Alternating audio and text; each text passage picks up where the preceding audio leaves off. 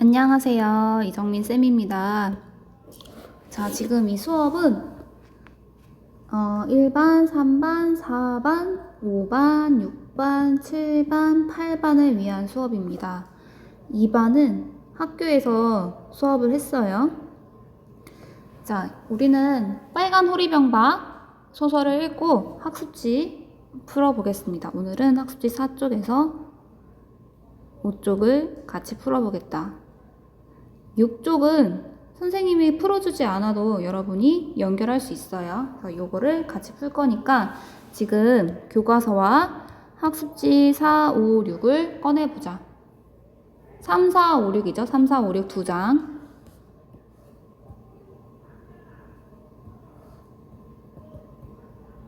두 장 학습지를 꺼낸다. 교과서도 꺼내고요. 학습지가 없어서 필기를 못하시는 분은 교과서에 또는 공책을 꺼내서 문제를 쓰고 답을 적는 최소한의 필기라도 하세요. 자, 그러면 4쪽으로 가겠습니다. 독서 퀴즈. 읽었다는 가정하에 빠르게 같이 설명하면서 필기하면서 풀어볼게요.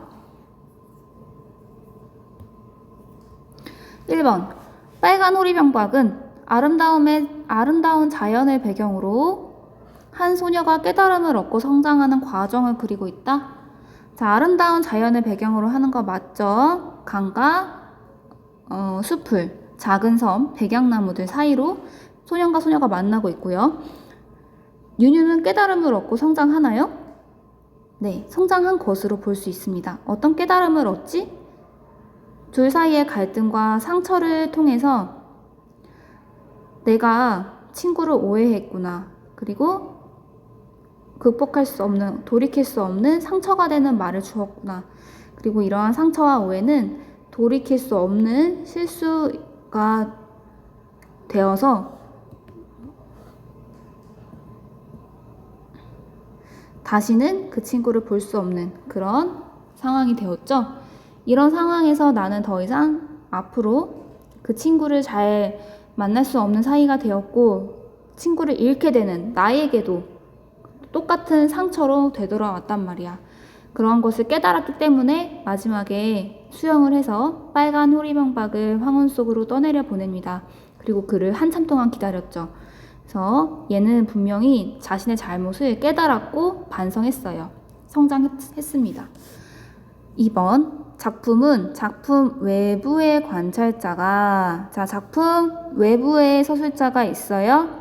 바로 여기서 3인칭 관찰자 시점을 얘기한다는 것을 알 수 있죠.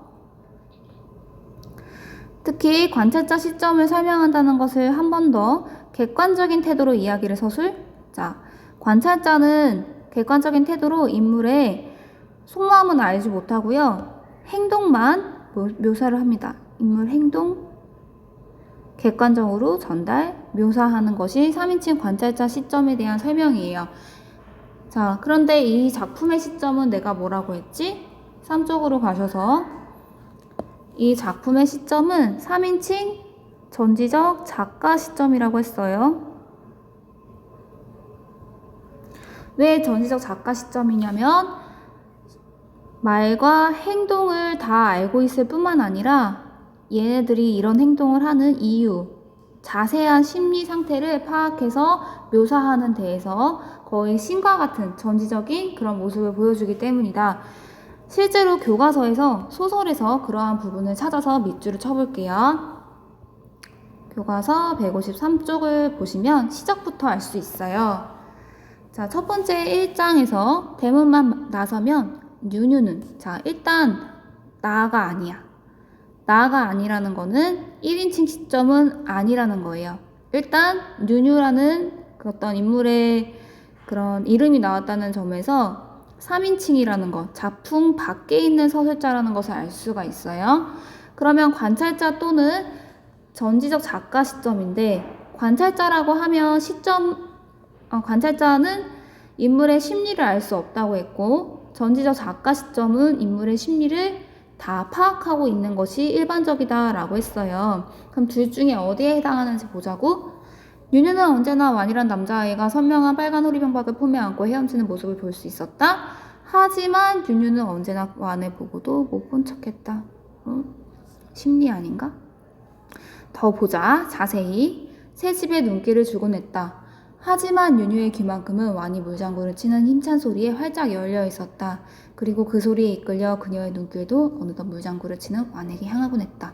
근데 쳐다보는 게 그 쳐다보는 행동의 의미, 쳐다보면서도 표정은 언제나 무관심했는데 그것은 가장이었다. 자, 가장이었다. 거짓말이었다. 얘의 심리를 아주 깊이 들여다보고 있어. 다 알고 있어요. 자, 여기서 윤유의 심리.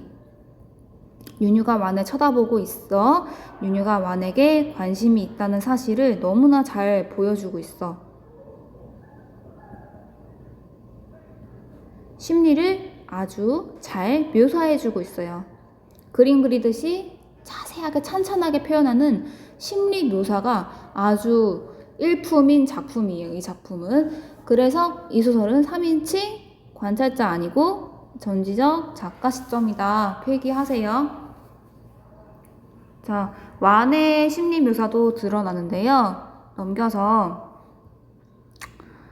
자, 155쪽으로 가시면 이제 완이 수영하는 모습을 윤유가 쳐다보면서 그 유혹을 떨칠 수 없었대. 바라볼 수밖에 없었고 눈길을 뗄 수 없었다고. 이제 윤유의 관심이 윤유의 심리가 드러나고 완은 강가에 있는 한 쌍의 눈동자가 언젠가는 자신을 쳐다보리라는 사실을 알고 있었다. 그래서 그는 더욱더 힘차게 자신의 수영 실력을 과시하곤 했다. 그러니까 수영을 열심히 하는 모습만 보여주는 게 아니라 그 이유가 한 쌍의 눈동자, 윤유가 자신을 쳐다볼까봐 라는 그 행동의 이유까지.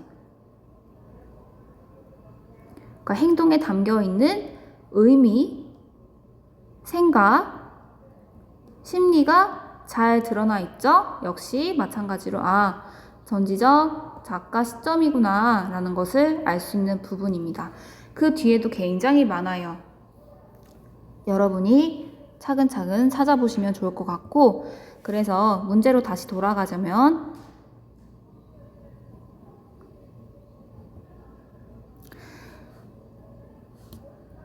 정답은 이 소설은 전지적 작가 시점이기 때문에 3인칭 관찰자 시점이 아니다. X. 자, 3번. 윤유와 완은 좋은 친구 사이였지만 윤유가 물에 빠진 이를 계기로 다시는 보지 않은 사이가 되었죠. 4번. 사기죄로 아버지가 감옥에 간 사실을 알고 있었어, 윤유는. 그렇지만 완이 건네는 마름을 받지 않았니? 받았어요. 그래서 완의 두 눈은 감격으로 빛났죠. X. 그래서 1번부터 4번 풀었고요. 5, 6, 7번 풀겠습니다. 소설 속에서 물음에 알맞은 답을 찾아보자. 작은 섬에서 완이 친구로 삼은 것은? 아시죠? 백양나무에 이름을 붙여서 친구로 삼았어요. 자, 6번. 완은 윤유가 수영을 못하는 까닭이 무엇 때문이라고 생각했는가? 윤유한테 이렇게 말했어. 넌 못하는 게 아니야. 단지 두려움 때문이지. 수영에 대한 두려움 때문. 7번. 완의 행동에 담긴 뜻을 오해했다는 것을 깨닫게 된 계기? 완의 행동은 두려움을 극복하라고 일부러 호리병박을 빼앗아서 빠뜨리게 한 거죠. 근데 이와 똑같은 일을 외할머니가 옛날에 나무대야를 뒤집어버리는 아버지의 행동에서 겪었고 외할머니가 수영을 배우게 되는 계기였어요. 그래서 외할머니의 경험담을 통해서 비슷한 경험담을 통해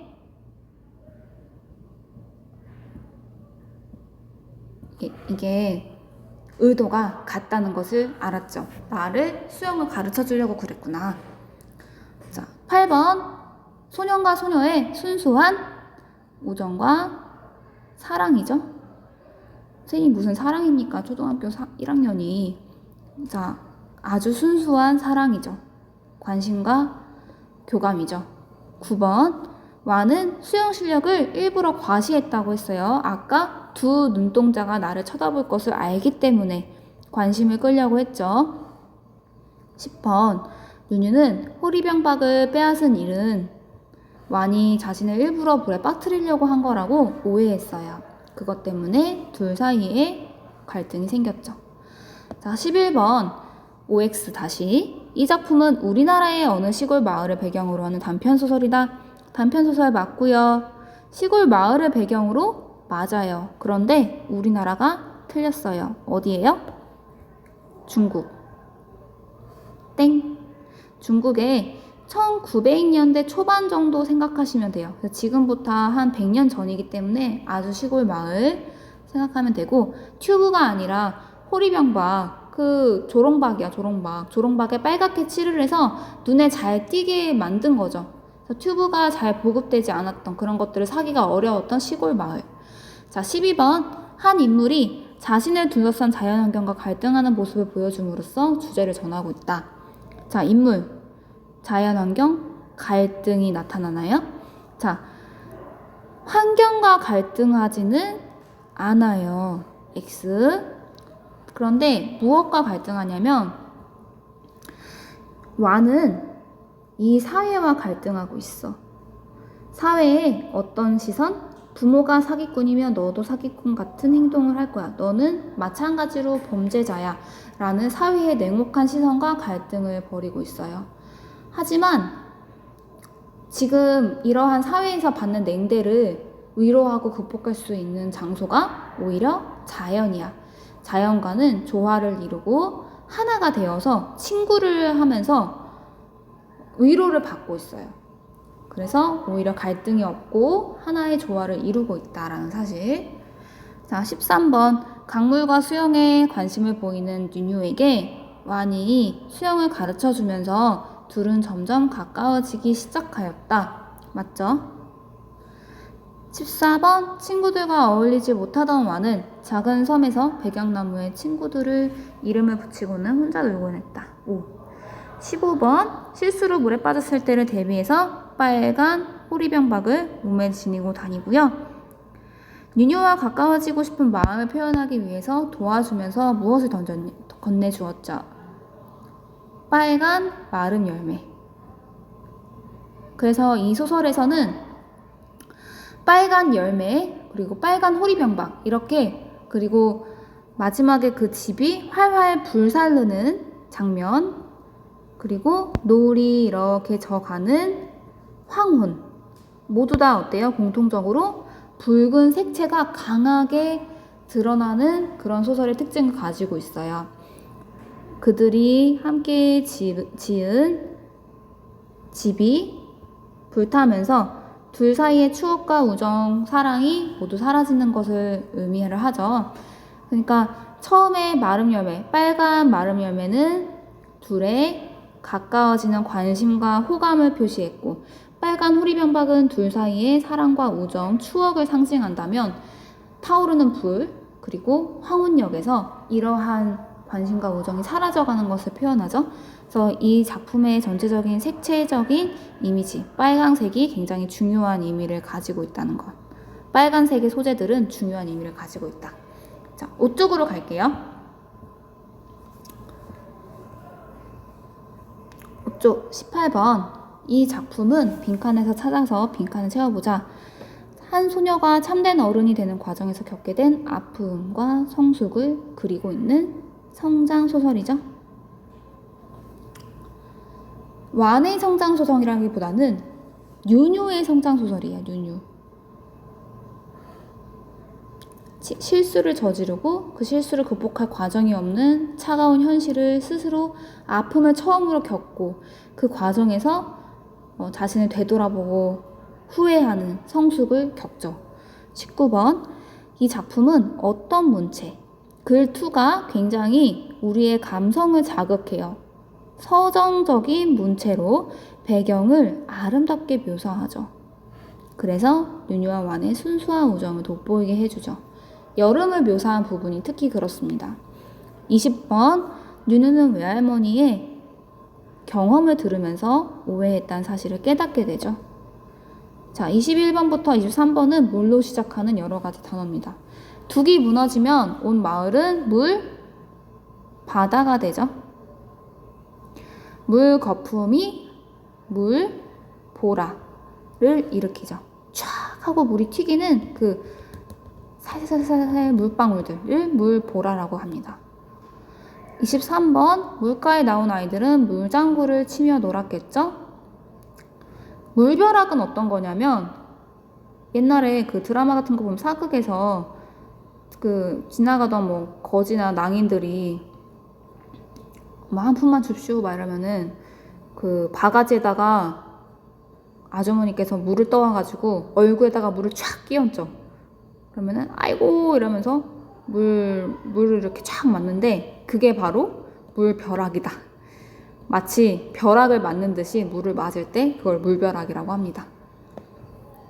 자, 24, 5, 6, 24번 수면에 있는 물결 또는 그 모양의 무늬를 파무늬라고 하고요. 비탈진 곳을 기슭이라고 하죠. 땅바닥에 퍼지고 다른 물건을 감는 덩굴. 자, 27, 8, 9, 10 정막이란 고요함이죠. 쓸쓸함도 있고요. 외로움을 의미하기도 하네요. 과시, 자랑하는 것을 과시한다고 하죠. 과시욕 이런 표현 많이 쓰죠. 우리는 남에게 과시하고 싶어서 뭐 비싼 브랜드 물건을 사려고 하죠. 29번 부력, 물체가 물체에 작용하는 압력에 의해서 중력에 반해 위로 뜨는 현상. 그래서 완이 이렇게 누워서 물 위를 둥둥 떠다니는 모습을 뉴뉴가 보고 와, 어떤 경이로움을 느꼈다. 되게 아름답고 평화로워 보였던 거야. 빛나는 모습. 자, 자맥질. 물속에서 팔다리를 놀리며 떴다 잠겼다 하며 노는 것을 자맥질이라고 한다. 자, 5쪽까지 모두 풀어보았습니다. 여기서 수업을 마치기 전에 자, 6쪽 낱말뜻 익히기. 요거는 스스로 하시는데 대부분 학생들이 다 잘 연결을 했는데 아직 못하신 분들 왼쪽에는 단어가 있고요. 오른쪽에 단어의 뜻이 있어요. 맞는 뜻을 찾아 연결하면 됩니다. 사전을 찾아야 할까요? 아니요. 너무나 많은 단어이기 때문에 선생님이 이렇게 번호를 적어놨어. 자, 봉선 5번 볼게요. 5번 대나무나 갈대 거적 등으로 만든 덮개를 씌운 배. 봉선 요렇게. 자맥질 물속에서 팔다리를 놀리는 짓. 부력 3번, 파문 2번, 가장하다, 태도를 거짓으로 꾸미다. 이렇게 연결하시면 돼요. 만끽하다 7번, 사그라들다, 없어져가다, 줄곧 9번, 끊임없이, 아득히, 매우 멀게, 의미심장하다, 뜻이 매우 깊다, 결단. 자, 어렵지 않죠? 쭉쭉 연결해주세요.